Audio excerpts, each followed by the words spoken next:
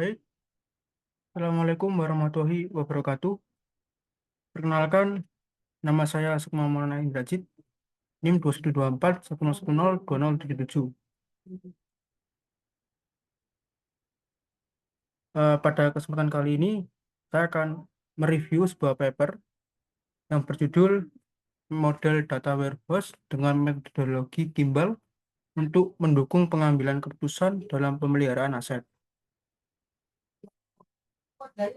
Untuk paper ini ditulis oleh Fastu Imaniar Ivanoti, Muhammad Royani, dan Samidi.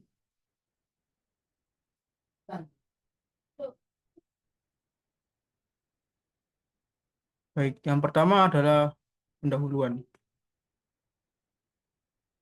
Jadi, Pusentek ini sebagai unit TIK pusat di Kemenku mengelola data center yang mencakup aplikasi, basis data, infrastruktur, serta perangkat pendukung.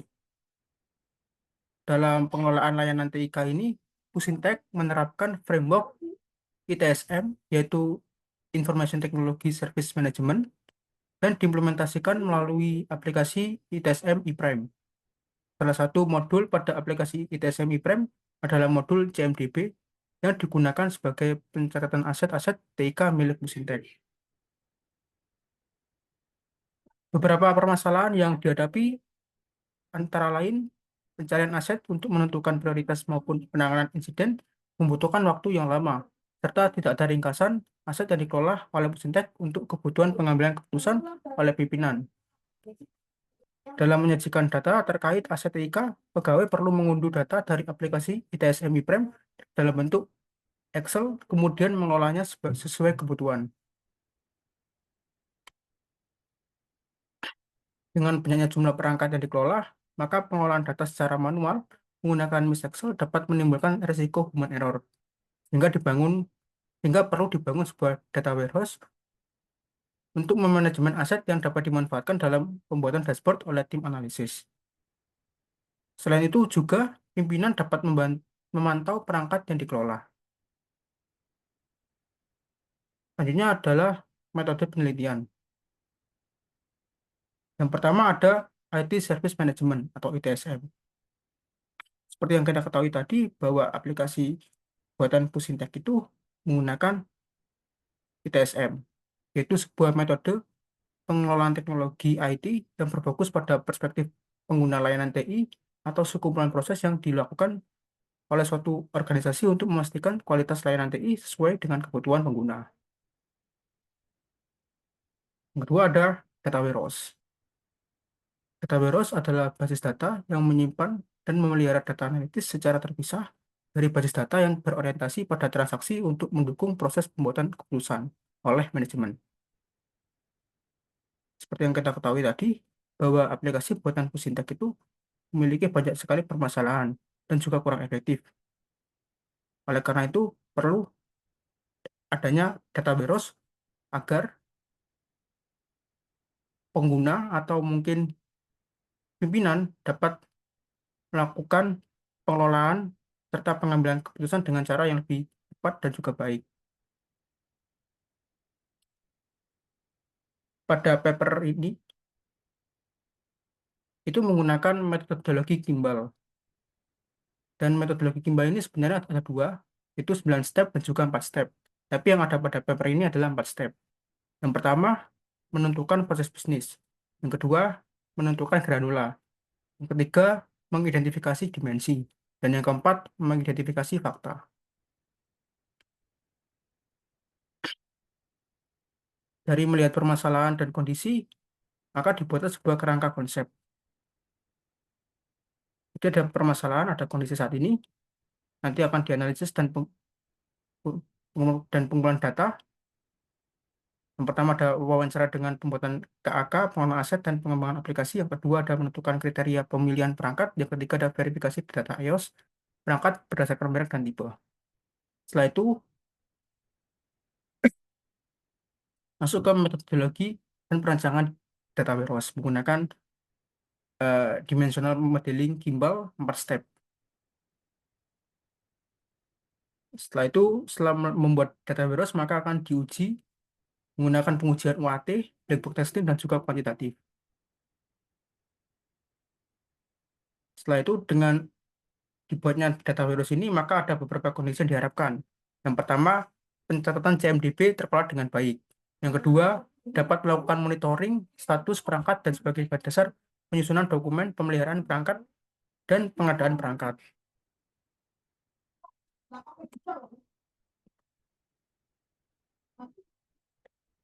Selanjutnya adalah hasil dan pembahasan. Yang pertama ada dimensional modeling Kimball, 4 step. Yang pertama adalah menentukan proses bisnis. Dalam penelitian ini, proses bisnis yang dipilih adalah pemantauan status perangkat infrastruktur jaringan. Selanjutnya dilakukan analisis untuk menentukan informasi yang dibutuhkan berdasarkan data yang tersedia di dalam CMDB. Informasi tersebut antara lain mengetahui informasi perangkat dan dengan pengelompokan. Yang kedua, mengetahui jumlah perangkat berdasarkan dukungan prinsipal di tahun berjalan. Yang ketiga, mengetahui jumlah perangkat berdasarkan tahun end of support sehingga dapat menjadi masukan dalam proses pengaduan maupun pemeliharaan perangkat pada tahun berikutnya. Yang kedua, ada menentukan granula. Penentuan granularitas ini merupakan proses penentuan informasi yang akan ditampilkan dengan tabel fakta. Setelah menampilkan tabel fakta, maka selanjutnya dapat menentukan tabel dimensi yang terkait. Berdasarkan proses bisnis yang dipilih, maka informasi yang akan ditampilkan adalah sebagai berikut. Yang pertama, jumlah perangkat berdasarkan merek. Kedua, berdasarkan area. Yang ketiga, berdasarkan kategori. Yang keempat, berdasarkan tahun end of support. Yang kelima, berdasarkan masa garansi. Dan yang kelima, yang keenam, itu berdasarkan status pemeliharaan. Selanjutnya, ya, atau yang ketiga ada identifikasi dimensi.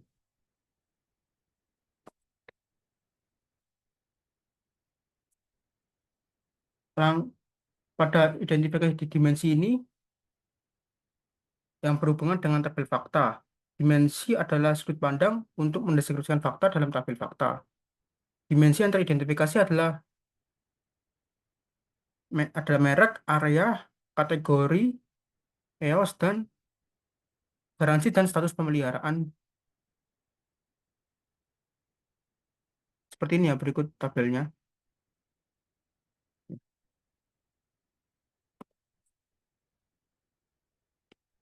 Selanjutnya yang keempat ada identifikasi fakta.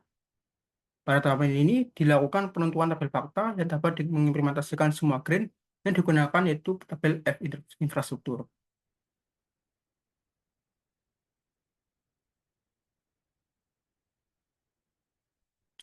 Selanjutnya adalah mendesain data mart dengan metode star schema. Seperti yang kita tahu, pada data warehouse kali ini itu ada 6 dimensi tabel dan satu tabel fakta.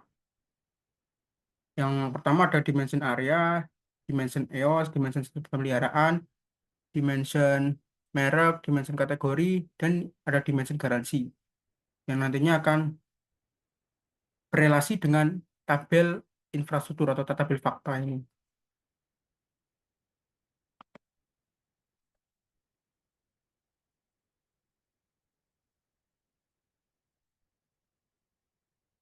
Selanjutnya, melakukan proses ETL atau Extract Transform Load. Pada tahapan ekstrak ini, menentukan tabel-tabel pada aplikasi TSM Prime yang akan menjadi sumber data, kemudian menyalin tabel tersebut ke area staging layer. Selanjutnya, pada transform, pada area staging dilakukan proses cleansing pada tabel yang telah disalin, kemudian mengubahnya menjadi format data mart yang akan ditampilkan. Selanjutnya, memasukkan data yang telah diolah hasil dari transform tadi ke data warehouse atau area data martnya untuk dimanfaatkan dalam bentuk dashboard nantinya. Nah, setelah melalui proses ETL, maka akan melakukan pembuatan dashboard. Jadi, data mart itu divisualisasikan dalam bentuk dashboard menggunakan tools Microsoft Power BI, Power BI untuk pengujian yang dilakukan oleh pengguna. Jadi nanti data tabel itu akan divisualisasikan seperti pada gambar. Dia akan lebih mudah untuk dipahami oleh pengguna. Setelah pembuatan data warehouse, maka akan dilakukan sebuah pengujian. Pengujian yang pertama itu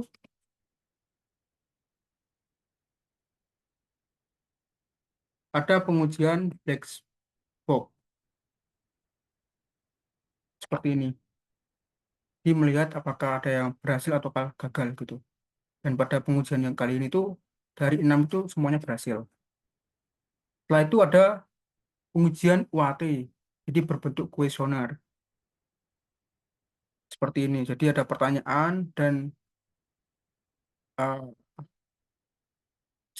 si pengirim atau si pengisi kuesioner itu akan menjawab dengan kayak setuju, sangat setuju, kurang setuju, tidak setuju, atau sangat tidak setuju seperti itu kurang lebihnya.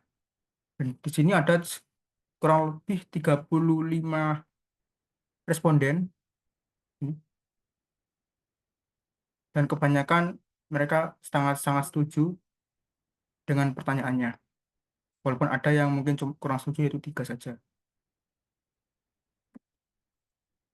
Yang ketiga ada pengujian kualitatif. Jadi seperti ini. Bentuknya mulai dari merek perangkat ini juga dihitung dan presentasinya juga.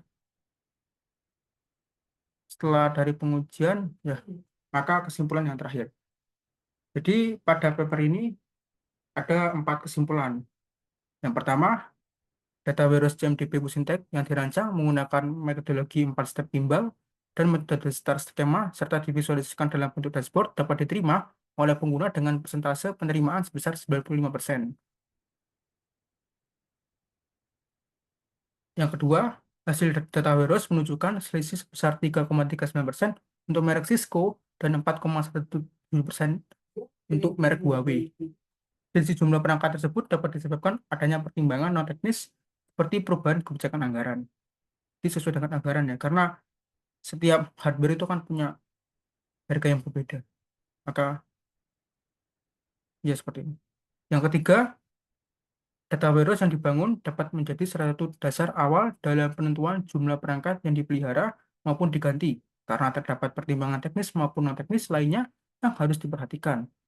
Yang keempat, masih diperlukan perbaikan pada CMDB dalam hal keseragaman dan konsistensi data. Misalnya, ada penulisan nama merek, nama ruangan, status CI, tanggal end of support, dan masa garansi. Ya, itu tadi presentasi terkait review paper. Kurang lebihnya saya mohon maaf. Sekian dan terima kasih.